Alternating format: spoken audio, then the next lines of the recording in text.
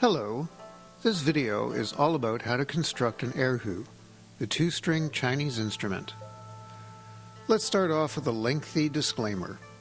I have no special training in the making of musical instruments. I do have a good level of skill in woodworking and work almost exclusively with hand tools. I became fascinated with the sound of the Erhu and decided to try my hand at making one. I found out that there were no complete plans for making this instrument anywhere on the internet that I could find.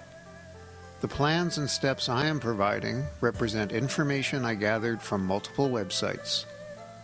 This video is to provide one place to see all the information I gathered, but I make no attestation of any kind that this information is accurate or will result in an Erhu that can compare to a commercially made model, or even that it will work to your satisfaction.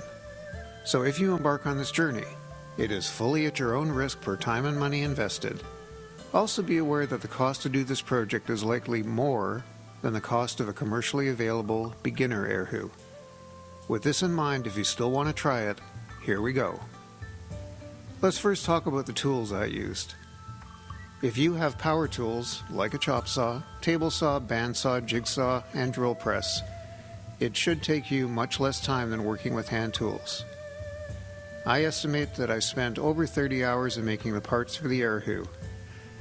The tools I used included a back saw, coping saw, hacksaw, a rasp file, both large and small, a bastard file, that's the one with a half circle on one side and flat on the other, a round file, hand drills, an egg beater and auger, assorted auger and drill bits, a vise, screwdrivers, a nail punch to center the drill holes, block plane, shoulder plane, chisels, C-clamps and bar clamps, a web clamp, various measuring devices and carpenter's pencil, wood stain, clear finish, and of course sandpaper. A spoke shave would have been a good tool to use. I have one but use it so rarely that I could not find it until I'd already finished the project. The basic parts of the Erhu are a sound box or resonator body, which can be hexagonal, octagonal, or round. A decorative back cover. This appears to be optional, but most photos of Erhus had some form of cover in lattice work or a carved pattern. The idea is not to block the sound escaping the back. The neck. A decorative top to the neck, which can be a simple curve or an elaborate carving. The tuning pegs. Traditionally wooden, and sometimes also decoratively painted or carved. And the base. This is a piece of wood attached to the bottom of the sound box so that you can rest the Erhu on your lap while you play it. The additional parts that you'll need to complete the project are the skin covering the sound box, traditionally made from python, or more recently from a synthetic substitute. I found that it is possible to order snakeskin online from China for a do-it-yourself Erhu. I'm not sure if it's python or not. You'll also need a 60 centimeter piece of string that acts as a nut to hold the sound strings close to the neck. This is traditionally made from cotton or nylon. This can be purchased online, but I tried using polyester string material I had available for making bowstrings for archery bows.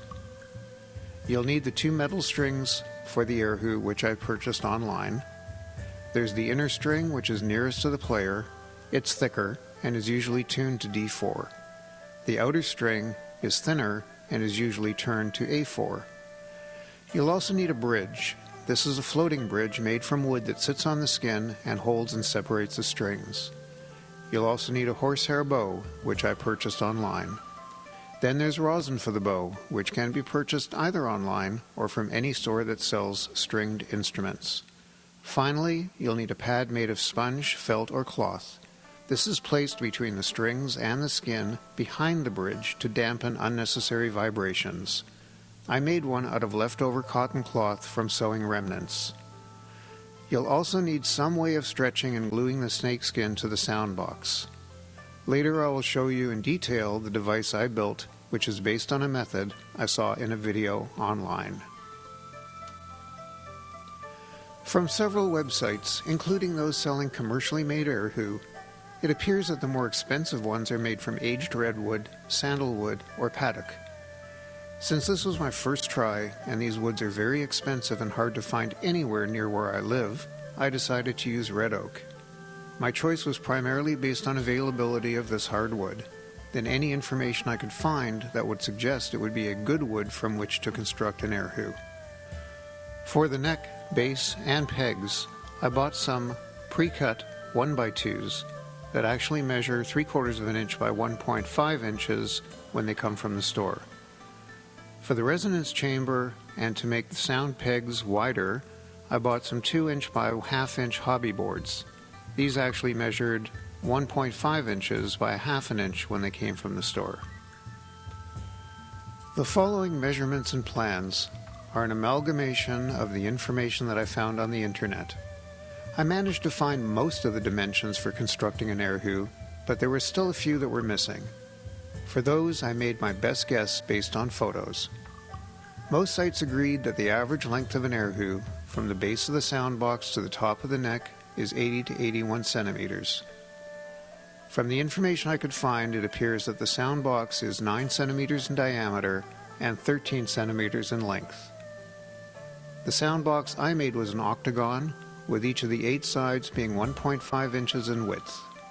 The angle to cut is 22.5 degrees on each side of each piece. There are websites that will calculate the width of the pieces required to make a hexagon or octagon of specific diameters. I use these sites to determine the proper width of the wood. Since I don't have power tools, I did this by drawing lines with a protractor and then doing it by eye with a hand plane. So there was some wood filler that was necessary to seal a few gaps. I glued and clamped this together with a web clamp. This was a bit tricky, and I ended up cutting some pieces the width of the inner diameter and using these to brace the insides during clamping to retain the proper equal proportions.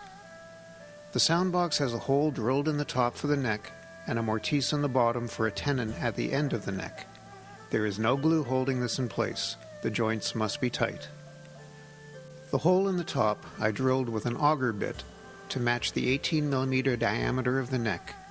I would suggest drilling some holes in scraps to find the best bit to match the width of the neck before drilling the hole in the sound box.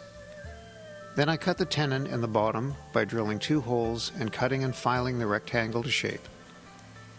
When finishing the sound box, I left about 1/2 inch of bare wood for gluing the snakeskin around the top sides. To do this, I masked the area with painter's tape when staining. The skin is not glued to the top, only the sides. I could not find anything on the internet about how much to extend the skin over the side, so this will depend on where the neck is placed and how large the piece of skin is that you can work with. I ended up trimming about 3/8 of an inch of excess skin, so I could have extended the skin further over the side, but so far it is holding well. Here are the measurements as I constructed the sound box. Again, I could not find any information on how far back from the front to drill the neck hole. I made mine 3 centimeters from the center of the neck to the front edge. I used hand files to narrow the box in the middle and taper it to each end, and then a back saw to cut decorative grooves in the rear of the box. The back of the sound box seems to be optional and more decorative than necessary, but since most photos I saw had one, I made one. I work outdoors, and by the time I was getting to this part, the weather was nearing winter. With the tools I had, and getting short on time, I made one very quickly with hand drills. It does not really satisfy me. I will likely replace it in the future with one more creative. The back is glued on prior to attaching the skin. The neck can be cut from one block, but that wastes some wood. I made mine by glue layering pieces of wood at the decorative end, and then using a coping saw and file to shape the curve. I then added another piece of wood to the end and shaped that for the decorative part. This method allows you to use a different type of wood for the decorative part if you wish. Another option would be to layer more wood and cut the shape and then refine it. Since this is not load-bearing, the choice of how you do this is up to you and the tools that you have on hand to work with. The remainder of the work on the neck is really turning that shaft from a square or rectangle to a circle while retaining a widened, flattened area for the sound pegs. I used a block plane and many hours with a rasp and file to shape this. A spoke shave would likely have done the work a lot faster. Here are the dimensions of the neck. Note the tenon at the end of the shaft where it narrows from 18 mm to 17 mm that fits in the mortise at the base of the sound box. The holes for the sound pegs are 1 mm wider on the back than the front in a kind of a funnel shape to enable a friction grip when the tapered peg is pushed into the hole after tuning. These are friction joints and must be also very tight. The tuning pegs also must be tapered so as to fit into the holes. I could not find any measurements for how far they were to extend forward from the neck or how far from the tips the holes for the string should be drilled. These measurements represent my best guess based on photos. So far, they seem to be working. I did this again with a block plane and hand files. The base I made is pretty basic. Some I have seen are tapered in the middle. I put a groove in the base to fit the thigh, but otherwise left the sides untouched. On the base there is a cavity at the front to allow 2 screws to be put in. This is where the strings are attached. The strings then run up the front of the base through 2 grooves cut 5 mm apart. Be sure to extend the base forwards a bit to allow the strings to run through the grooves, but not cut into the snakeskin. I did not do this, and so needed to add a small plate to the front to serve this purpose. The base was made from 3 pieces of wood to fit the dimensions of the sound box. How high you come up the sides is up to you. With an hexagon versus an octagon, the dimensions may change. Also, if you fit the sound box to the base before gluing on the skin, be sure to leave some clearance for the skin. I made mine pretty tight and then had to rabbet cut the front about 1 centimeter back on the inner side to allow for the skin. To make the sides of the base, I used a back saw to cut the general shape on the inside of each side, evened it out with a block plane, then used a shoulder plane to make the angle, and then a rasp file to adjust everything to the right dimensions. At the bottom of the base there are also 2 screw holes to hold the base of the sound box. I used number 4 3/4 inch and a number 4 1-inch screw countersunk. This was based on the thickness of the wood I used and the amount of wood that I took away from the hollowed out portions of the base. You will need to measure and make choices based on your own measurements. For finishing, I used oil-based stain for all parts including the inside of the sound box. I then used a clear finish, water-based, by the same manufacturer several days later when the finish had fully cured. You could use an oil base. I used water as the weather was getting colder and I could use the water-based finish indoors. I did not use any clear finish on the lower portion of the neck where it fits into the sound box or on the sound pegs. I wanted to ensure a good friction joint. I also blocked the sound holes with tapes to not allow any clear finish to enter the holes for the same reason. The final wood part to make is the bridge. The bridge is a floating bridge in that it is not adhered to the skin on the sound box, but just sits on the skin and is held in place by the tension of the strings.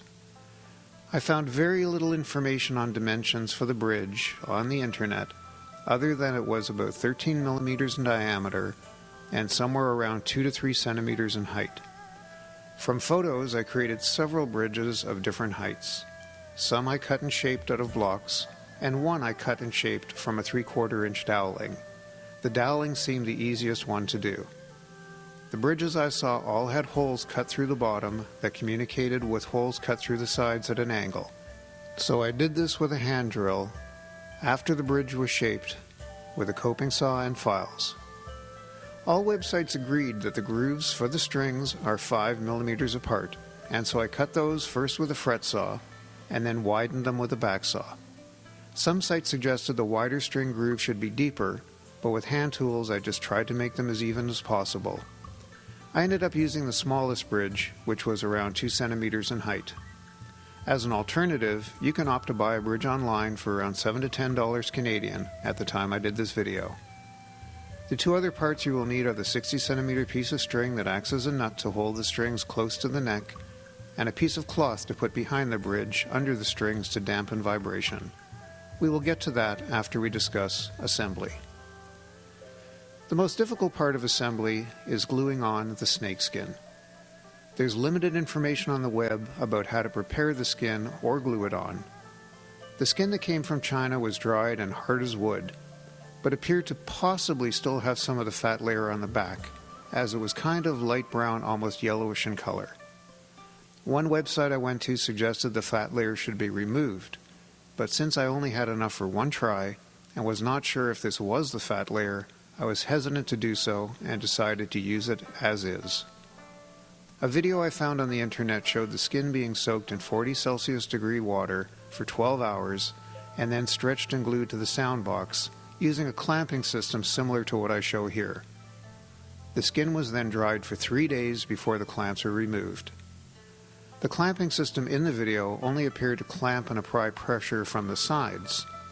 I added some wood in an L shape so that I could stretch and trap the skin on the top with vertical pressure and then use strings to pull the clamps together for lateral pressure.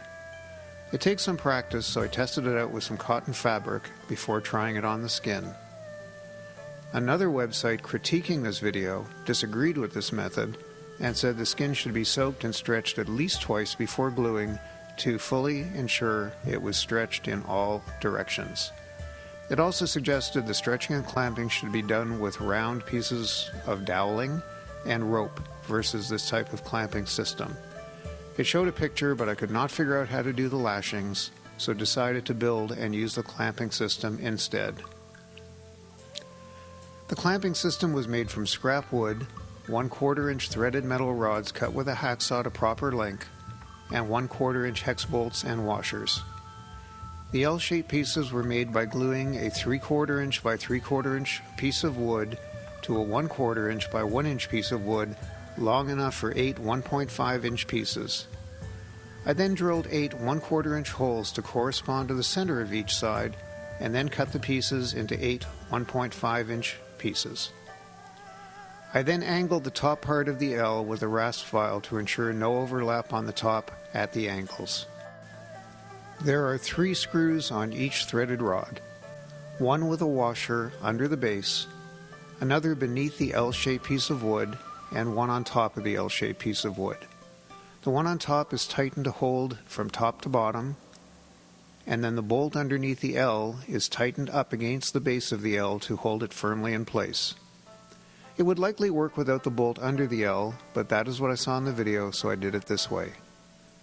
I used string to apply lateral pressure across each opposing side after tightening the screws from the top down, and then retightened them to ensure that they were really tight. To prepare the skin, I soaked it for 12 hours in warm water. It expanded and felt pretty rubbery and flexible. I then patted it dry with a paper towel, stretched, clamped, and dried it for 3 days. I then took it off the sound box, soaked it again, and then stretched, glued, and clamped it and left it to dry for another 3 days. I noted that the first time I soaked it, there was no smell from the skin. The second time I had to transfer it from a shallow to a deeper dish, since the skin was cup-shaped and was not fully immersed in the water, and it was not relaxing enough after an hour to be fully immersed in the water. When I moved it a short time later, there was a strong odor until the water cooled. Maybe the water I used the second time was too hot, or it didn't like being disturbed. I don't know. Fortunately, the smell went away, and it did not smell when drying or once dried. The skin adhered well and made a nice hollow sound when lightly tapped, like a drum, so I call this success.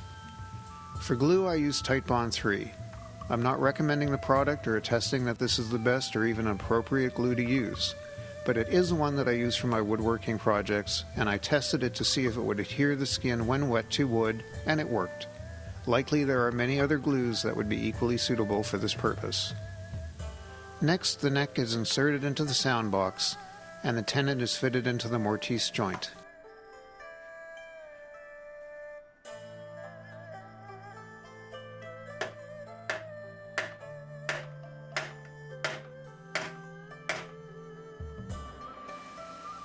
Assuming that the screws for the strings are already in the base, you then need only to attach the base to the sound box with the 2 screws. Then the sound pegs are inserted. At this point you will need to tie the nut. There are some good websites on how to tie the nut on the neck and how to position it. There is no definitive distance from bridge to nut that I could find for placement. According to one site, if you rest your elbow on the top of the sound box with your fingers pointing up the neck, the nut should be tied where your baby finger meets the palm. I must have long arms because when I tried that method, the nut ended up being located about 2 inches higher than where the neck shaft meets the sound peg area. So I tied mine about 2 inches lower than that. You can buy the proper string online. From what I could find out generally, it's made from nylon or cotton. As mentioned before, I tried using some polyester string that I had for making bowstrings for archery. Now it is time to string the instrument. There are 2 strings, the inner and the outer. I purchased a set online from China for around $10 Canadian. The inner is the thicker string and is strung to the higher of the 2 pegs. Hook the inner string to the screw at the bottom, fit it into the groove at the front of the bass, then under the nut and into the hole near the end of the sound peg. The peg is turned in a clockwise direction if you are facing the front of the neck. Keep the turns closest to the end of the sound peg if possible. Do the same with the inner string, but turn it in a counterclockwise direction. Be careful, this is a thinner string and breaks easily. Make sure the strings do not cross when stringing the Erhu. Tighten the strings enough that they will not come unwound. Then place the bridge in the exact middle of the sound box over the skin by pulling up both strings from underneath with one finger and slipping the bridge from the upper end of the sound box to the middle of the sound box, and then placing each string into the proper groove. The final step before tuning is to place the cloth pad behind the bridge under the strings.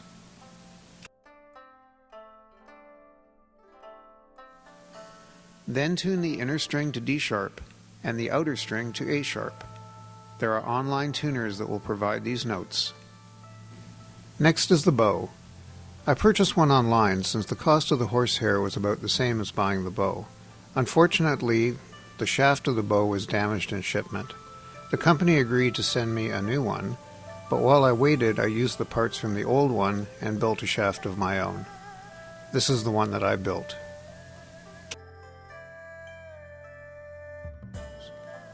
The horsehair part of the bow goes between the strings, with the shaft to the outside to the front.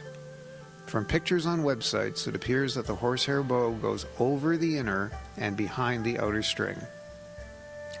You can place it between the strings when stretching the bow, or by loosening the tension on the bow, removing the horsehair, putting it between the strings, and then reattaching it and retightening the tension. Since you will need to rosin the bow to get it to make a sound, I suggest to first do the strings, then rosin the bow, then remove the horsehair, place it through the strings, and then reattach it to the bow. This is what I did. Then comes the moment of truth. Will it work? Well, look at that. I have an Erhu.